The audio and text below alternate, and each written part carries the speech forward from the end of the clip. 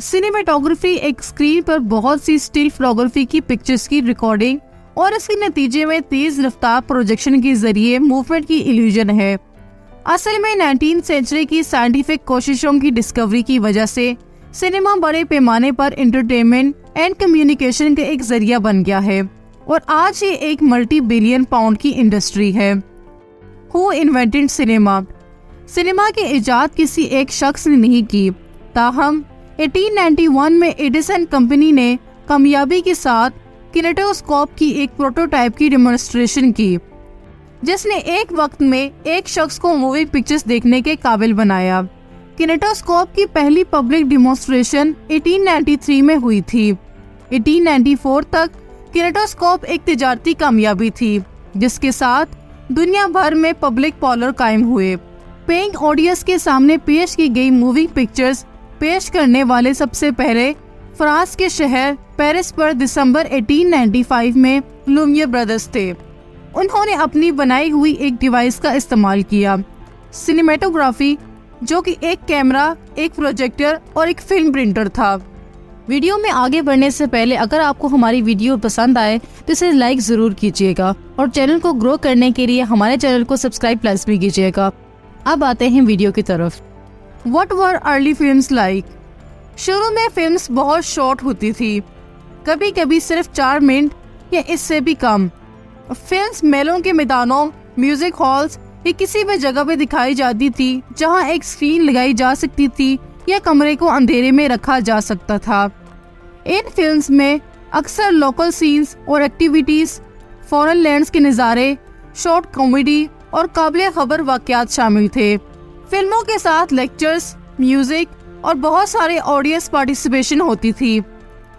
पहले की फिल्म्स में ज़्यादा डायलॉग्स नहीं बोले जाते थे, लेकिन वो बिल्कुल ही खामोश भी नहीं होते थे। The rise of the film industry. 1914 तक कई फिल्म इंडस्ट्रीज एस्टेब्लिश्ड हो गई थी। इस वक्त यूरोप, रशिया और स्कैंडिनेविया की इंडस्ट्रीज डोमिनेंट थी। अमेरिका बहुत कम इम्पोर्टेंट था। फिल्में लंबी होती गई और कहानी सुनाने वाले या नैरेटिव्स डोमिनेट हो गए। चूंकि ज्यादा से ज्यादा लोगों ने फिल्में देखने के लिए पे करना शुरू कर दिया, तो इनके इर्द गिर्द परवान चढ़ने वाली इंडस्ट्रीज इनकी प्रोडक्शन, डिस्ट्रीब्यूशन एंड एग्जीबिशन में ज्यादा पैसा लगाने के लिए तैयार थी। इसीलिए बड़े स्टूडियोज कायम किए गए और सिनेमा घर बनाए गए। फर्स्ट वर्ल्ड वॉर में यूरोप की फिल्म इंडस्ट्री को बहुत मुतासिर किया और अमेरिकन इंडस्ट्रीज उनकी निस्बतन इम्पोर्टेंस में बढ़ गई। सिनेमा के पहले 30 सालों में इंडस्ट्रियल बेस की तरक्की और इस्तेहकाम, नैरेटिव फॉर्म्स की एस्टेब्लिशमेंट और टेक्नोलॉजी की इम्प्रूवमेंट थी। Adding colour. कलर सबसे पहले हैंड कलरिंग, टिंटिंग, टोनिंग और स्टेंसिलिंग के जरिए ब्लैक एंड व्हाइट फिल्म्स में शामिल किया गया था। 1906 तक the principle of colour separation का यूज नाम निहाद नेचुरल कलर, ब्रिटिश किनमा कलर के साथ मूवी पिक्चर्स तैयार करने के लिए किया गया था, जो पहली बार 1909 में आवाम के सामने पेश की गई। किनमा कलर बेसिकली डॉक्यूमेंट्री या एक्चुअलिटी के लिए यूज किया जाता था, जैसे कि 1912 के epic with our king and queen through India, जिसे दिल्ली दरबार भी कहा जाता है, जो मजमूई तौर पर 2 घंटे से ज्यादा चलती थी। 1915 के बाद से टेक्नी कलर के प्रोसेस बोझल और महंगे थे और 1932 में इसके 3 कलर प्रोसेस के इंट्रोडक्शन होने तक कलर ज्यादा वाइडली यूज नहीं किया जाता था। इसे gone with the wild and the wizard of Oz जैसी फिल्म्स में यूज किया जाता था और यूके में हॉलीवुड की फिल्म्स जैसे कि a matter of life and death में यूज किया जाता था। Adding sound. प्रोजेक्टेड पिक्चर्स में सिंक्रोनाइज साउंड शामिल करने की पहली कोशिशों में फोटोग्राफिक सिलेंडर्स या डिस्क का यूज किया गया। सिंक्रोनाइज डायलॉग को शामिल करने वाली feature length film the jazz singer ने वार्नर ब्रदर्स के वाइटाफोन सिस्टम का इस्तेमाल किया, जिसने साउंड के लिए फिल्म की हर रील के साथ एक अलग रिकॉर्ड डिस्क इस्तेमाल की। ये सिस्टम अनरिलायबल प्रूव्ड हुआ और जल्द ही इसकी जगह एक optical variable density sound track recorder ने ले ली, जो फिल्म के किनारे पर फोटोग्राफी से रिकॉर्ड की गई थी, जो असल में मूवी टोन जैसे न्यूज रील्स के लिए तैयार की गई थी। Cinemas golden age. 1930 के शुरू में तकरीबन तमाम feature length movies synchronize sound के साथ पेश की गई और 1930 के दरमियान में कुछ फुल कलर में भी थी। साउंड की आमद ने अमेरिकन इंडस्ट्रीज की डोमिनेंट रोल को सिक्योर रखा और नाम निहाद गोल्डन एज ऑफ हॉलीवुड को जन्म दिया। 1930s और 1940s के दौरान सिनेमा पॉपुलर एंटरटेनमेंट की बुनियादी शक्ल थी। लोग अक्सर हफ्ते में 2 बार सिनेमा घरों में भी आते थे।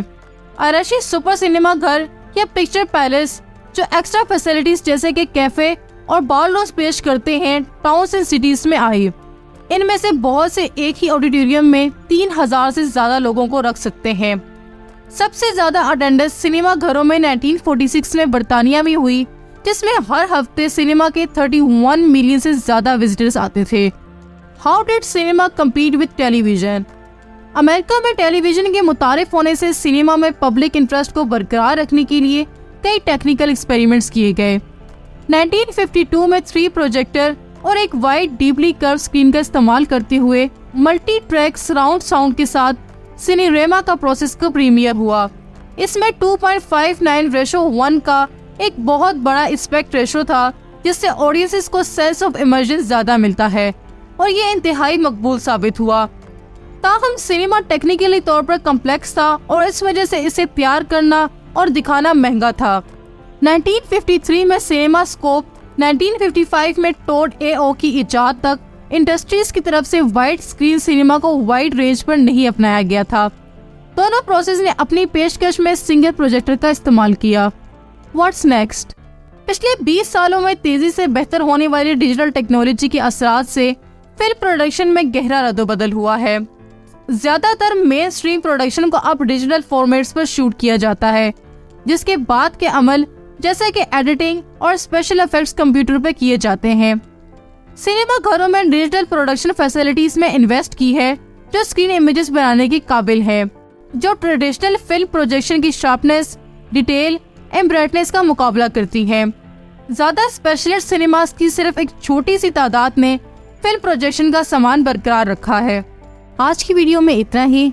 अगर आपको हमारी वीडियो पसंद आए तो इसे अपने दोस्तों के साथ जरूर शेयर कीजिएगा और हमारे चैनल को सब्सक्राइब कीजिएगा। मिलते हैं अगली वीडियो में। Till then, bye bye.